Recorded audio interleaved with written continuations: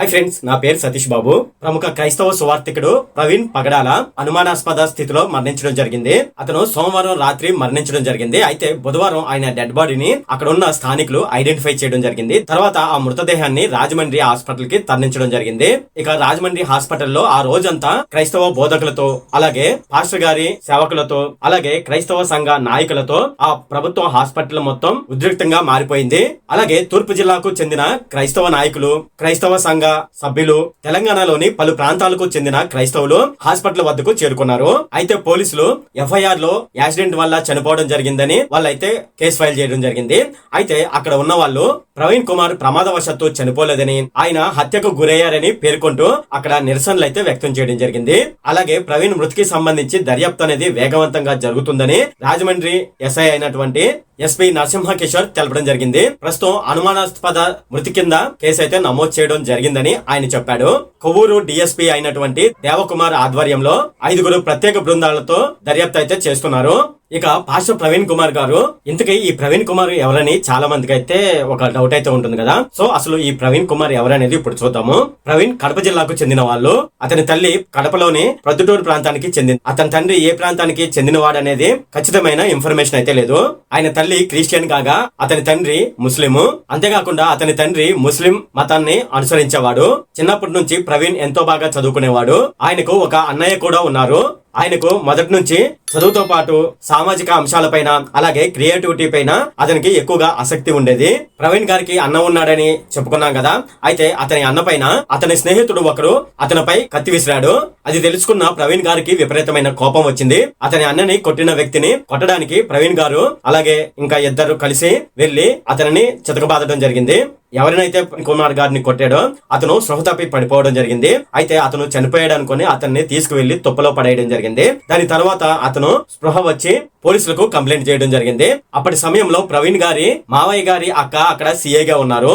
ఆమె ఎటువంటి కేసు లేకుండా, అలాగే ఎటువంటి ఇబ్బంది కలగకుండా ఆ కేసును అయితే సెటిల్మెంట్ చేయడం జరిగింది. దాని తర్వాత వాళ్ళు హైదరాబాద్ కి అయితే షిఫ్ట్ అయిపోయారు. అయితే ఇప్పుడు పాస్టర్ ప్రవీణ్ కుమార్ గారి మరణానికి సంబంధించి సీసీ ఫుటేజ్ ల ప్రకారం మనం చూసుకున్నట్లయితే పాస్టర్ ప్రవీణ్ కుమార్ సోమవారం రాత్రి 11:31 తూర్పు గోదావరి జిల్లాలో ఉన్న కొవ్వూరు టోల్ గేట్ అయితే దాటారు.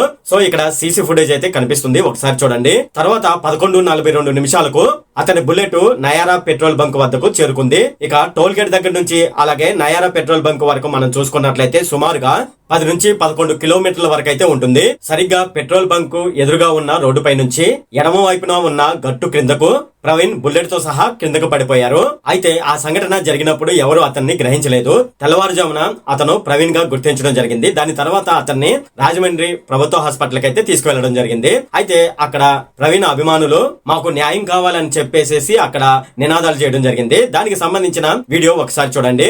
అయితే ప్రవీణ్ గారు బ్రతికి ఉన్న కాలంలో ఆయన ఒక మనిషిని హిందూగా చూడొద్దు, ముస్లిం గా చూడొద్దు, అలాగే క్రైస్తవుడిగా చూడొద్దు, మనిషిని మనిషిగా చూడాలని ఆయన తన ప్రసంగంలో చెప్పడం జరిగింది. అలాగే దానికి సంబంధించిన వీడియోనైతే ప్రస్తుతం అయితే సోషల్ మీడియాలో వైరల్ అవుతుంది. అలాగే ప్రవీణ్ గారు మతబోధకుడు అయినప్పటికీ ఆయన ఇతర మతాలను ఎక్కువగా కించపరిచేవాడు కాదు. అయితే ఆయన మరణానికి సంబంధించి కొన్ని డౌట్స్ అయితే వస్తున్నాయి. ఇక్కడ ఒకసారి ఈ ఇమేజ్ అయితే ఒకసారి చూడండి. ఇక్కడ మనం చూసుకున్నట్లయితే ప్రవీణ్ పగడాల్ గారు బైక్ కింద పడిపోయారు. యాక్చువల్ గా బైక్ యాక్సిడెంట్ అయినా, లేదంటే బైక్ స్కిడ్ అయి పడిపోయినా, లేదంటే బైక్ మీద నుంచి పడిపోయినా సరే బైక్ సాధారణంగా మన మీద అయితే పడదు. బైక్ ఒక చోట పడితే మనం వేరే చోట పడతాము. అయితే ఇక్కడ మనం చూసుకున్నట్లయితే బైక్ కింద ప్రవీణ్ పగడాల గారు పడి ఉన్నారు. ఇది ఖచ్చితంగా హత్య అని చెప్పడానికి ఇది ఒక కారణమని చెప్పవచ్చు. అంతేకాకుండా ఇక్కడ ఉన్న రాయల్ ఎన్ఫీల్డ్ బైక్ ఉంది కదా, ఆ బైక్ కు మనం చూసుకున్నట్లయితే బైక్ పైన అతని రక్తపు మార్కలు అయితే ఉన్నాయి. మీరు ఒకసారి గమనించండి. అంతేకాకుండా మరో అనుమానం ఏమిటంటే ఇక్కడ మీరు ఒకసారి చూడండి, అతని మొహం పైన ఎవరో కొట్టినట్లుగా ఉంది. యాక్చువల్ గా అతను హెల్మెట్ పెట్టుకున్నాడు కదా, హెల్మెట్ పెట్టుకొని ఏదైనా యాక్సిడెంట్ జరిగింది అనుకోండి, మాక్సిమం హెల్మెట్ అయితే కాపాడుతుంది. అంతేగాని మన తల అయితే చిత్తు అయితే అవదు. ఇక్కడ ఇతని ముఖం ఒకసారి చూడండి, ఎవరో కొట్టినట్లుగా ముఖం మీద చాలా గాయాలు అయితే కనిపిస్తూ ఉన్నాయి. ఇది ఒకటి మనం అనుమానించదగ్గ విషయము. ఇక మరో విషయంగా మనం చూసుకున్నట్లయితే ఇక్కడ ఈ ఫోటో ఒకసారి చూడండి. ఈ ఫోటో ఛాతి పైన ఎవరో కాలు పెట్టి గుద్దినట్లుగా అతని కాలి ముద్ర అయితే ఇక్కడైతే కనిపిస్తుంది. అదే రక్తపు మార్క్ అయితే మనకు ఇలాగైతే కనిపించదు. ఒకసారి దీన్ని జూమ్ చేస్తున్నాను చూడండి. అంతేకాకుండా ఇక్కడ పక్కన పడి ఉన్న కర్రలను ఒకసారి చూడండి. ఈ కర్రలకు రక్తపు మార్కలు అయితే ఉన్నాయి. ఈ కర్రలకు రక్తపు మార్కలు ఎలా వచ్చాయి, అలాగే ఈ కర్రలు విరిగి ఉన్నాయి అంటే ప్రవీణ్ గారిని కొట్టినప్పుడు ఆ కర్రలు అయితే విరిగిపోయాయని మనకు స్పష్టంగా తెలుస్తుంది. అందుకే ప్రవీణ్ కుమార్ కి సంబంధించినటువంటి అక్కడ సంఘ పెద్దలు, సంఘ నాయకులు, అలాగే తెలంగాణలో ఉన్న పలు సంఘాల నాయకులు అక్కడికి రావడం జరిగింది. అయితే ఇది యాక్సిడెంట్ కాదు, హత్యనని వాళ్ళు పట్టుబడడం జరిగింది. అంతేకాకుండా ఇక్కడ చూపిస్తున్న ప్రవీణ్ పగడాల గారికి సంబంధించిన అకౌంట్ అయితే ఉంది కదా, ఈ అకౌంట్ లో ప్రవీణ్ పగడాల గారు ఏమని రిప్లై ఇచ్చారని చూడండి ఒకసారి. మీరు కోరినట్లు నేను బహిరంగ క్షమాపణ అయితే చెప్తాను. నన్ను హింసించకండి, నన్ను చంపకండి, నాపై జిహాదు ప్రకటించకండి, మీ షరియా నా మీద ప్రయోగించి నన్ను చిత్రవద చేయకండి. తెలుగు యావత్ ప్రజానికమా, ప్రభుత్వాలారా నన్ను షమీ గారి ఉగ్రవాదం నుంచి కాపాడండి అని ప్రవీణ్ గారు తన అకౌంట్ నుంచి పోస్ట్ పెట్టడం జరిగింది. అయితే ప్రవీణ్ గారికి అప్పటికే తనను చంపివేస్తారని అప్పుడే తెలిసింది.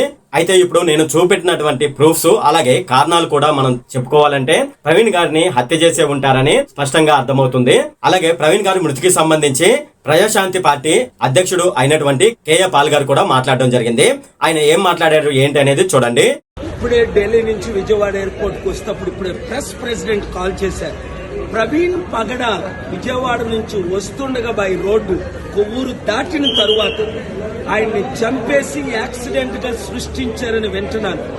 డాక్టర్స్, స్టాఫ్ వినండి, పోలీసులు వినండి, రాజమండ్రి ఎస్పీ వినండి, హోమ్ మినిస్టర్ గౌరవడి అనిత, డీజీపీలు వినండి.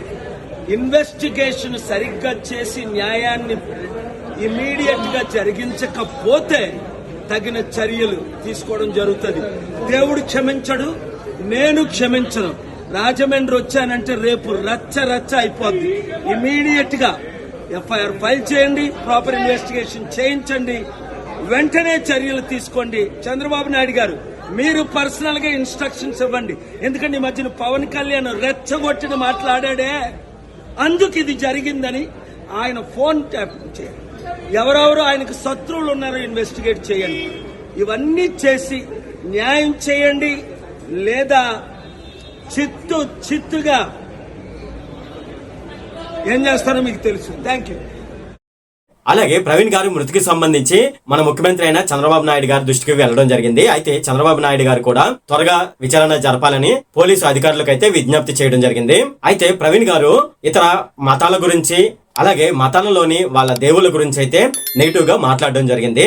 అయితే దానికి సంబంధించి ఆయనకు ఒక హెచ్చరిక కూడా జారీ చేయడం జరిగింది. సో అదేమిటనేది ఇక్కడ ఉన్న స్క్రీన్ షాట్ అయితే ఒకసారి చూడండి. నిత్యం హిందూ గ్రంథాలపై అలాగే హిందూ దేవతలపై విషం కక్కుతూ క్రైస్తవ సమాజంలో ద్రోహిగా విత్తనాలు నాటే పాస్టర్ ప్రవీణ్ గారి ఆకస్మిక మరణం బ్రతికి ఉన్న అన్నాళ్ళు అశాంతితో రగిలిపోయిన ప్రవీణ్ గారి ఆత్మకు శాంతి చేకూరాలని కోరుతున్నామని పెట్టి చివర్లో ఒకసారి చూడండి.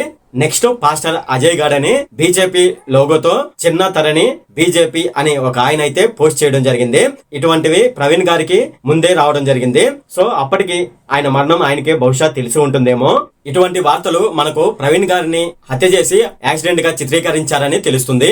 ఇక్కడ టోల్ గేట్ వద్ద సీసీ రికార్డులు మనం చూసుకున్నట్లయితే బండి మీద ప్రవీణ్ గారు అయితే వస్తున్నారు. అయితే ఇక్కడ ఆయన హెడ్ లైట్ కూడా పనిచేయడం లేదు, సైడ్ లైట్ మాత్రమే మనకు వెలుగున్నట్లు కనిపిస్తుంది. సో ఇక్కడ హెడ్ లైట్ అయితే పనిచేయడం లేదు. మన తెలుగు రాష్ట్రాల్లో చూసుకున్నట్లయితే ఆయన బోధనలు విని చాలా మంది అయితే క్రైస్తవంలోకి అయితే మారారు. అంతేకాకుండా అతనికి మన తెలుగు రాష్ట్రాల్లో ఎక్కువ మంది ఫ్యాన్ బేస్ కూడా ఉందని చెప్పవచ్చు.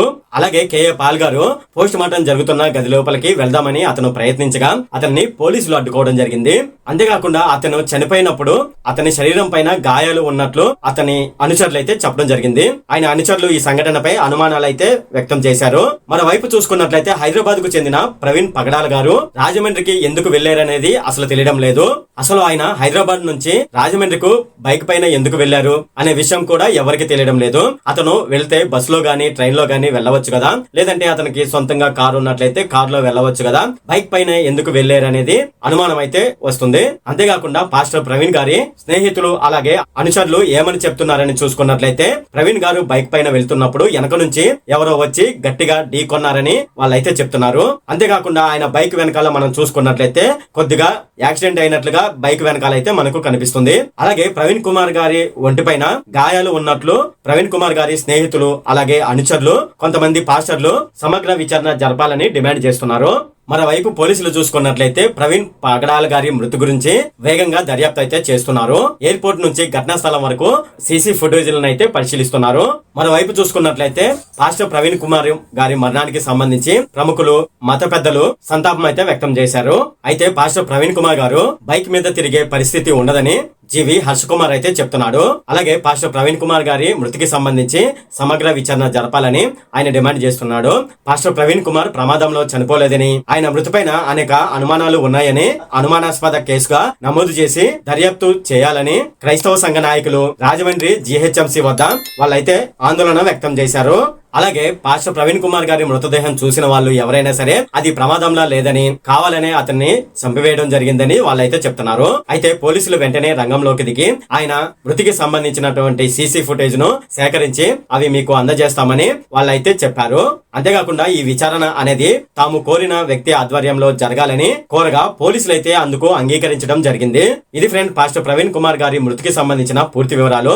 ఇది ఫ్రెండ్ ఈ వీడియో కనుక మీకు నచ్చినట్లయితే ఇక్కడ కింద ఉన్న సబ్స్క్రైబ్ బటన్ మీద అయితే ప్రెస్ చేయండి. అలాగే ఈ వీడియోని మీ ఫ్రెండ్స్ అండ్ ఫ్యామిలీ మెంబర్స్ కి అయితే షేర్ చేయండి. అలాగే ఈ వీడియో సంబంధించి ఏమైనా కామెంట్లు అనుకోండి నాకు తప్పనిసరిగా కింద ఉన్న కామెంట్ సెక్షన్ లో అయితే తెలియజేయండి. ఈ వీడియో ఎంత friend. Okay, thank you friend.